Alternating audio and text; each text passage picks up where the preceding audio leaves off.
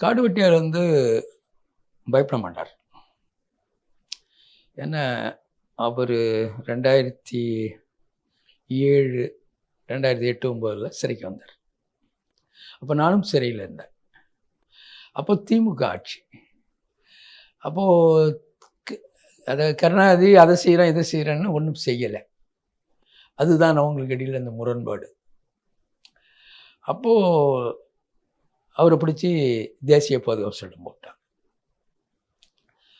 போட்ட சமயத்தில் அது சும்மா ஒரு 6 இருந்தார், நாங்கள் பக்கத்தில் இருந்தோம். அதனால் அப்படி போய் அடிக்கடி பார்க்குறது உண்டு. அப்போது ஒரு நாள் நான் சொன்னேன், கருணாநிதி நம்மளை நயவஞ்சகமாக ஏமாத்தின மாதிரி நாமளும் ஏமாற்றலாம். அதனால் நீங்கள் திமுகவோட கூட்டணிக்கு வரேன்னு சொல்லிட்டு வெளியே போங்க.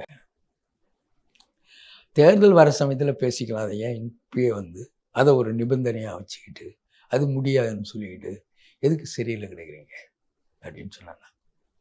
அவர் ஒத்துக்கல. நான் அப்போ வந்து என் சாதிக்காக நான் தூக்கில் தொங்குவேன், உயிரையும் கொடுப்பேன் அப்படிலாம் சொல்லிவிட்டு நான் அப்புறம் அதிலேருந்து நான் பின்வாங்க முடியுமா? அதெல்லாம் பின்வாங்க முடியாது. அது நான் சிறையில் இருந்தான் போகிறேன், அப்படியெல்லாம் வாழ வேண்டிய அவசியம் இல்லை அப்படிங்கிறது அவருடைய ரொம்ப தெளிவாக சொன்னார்.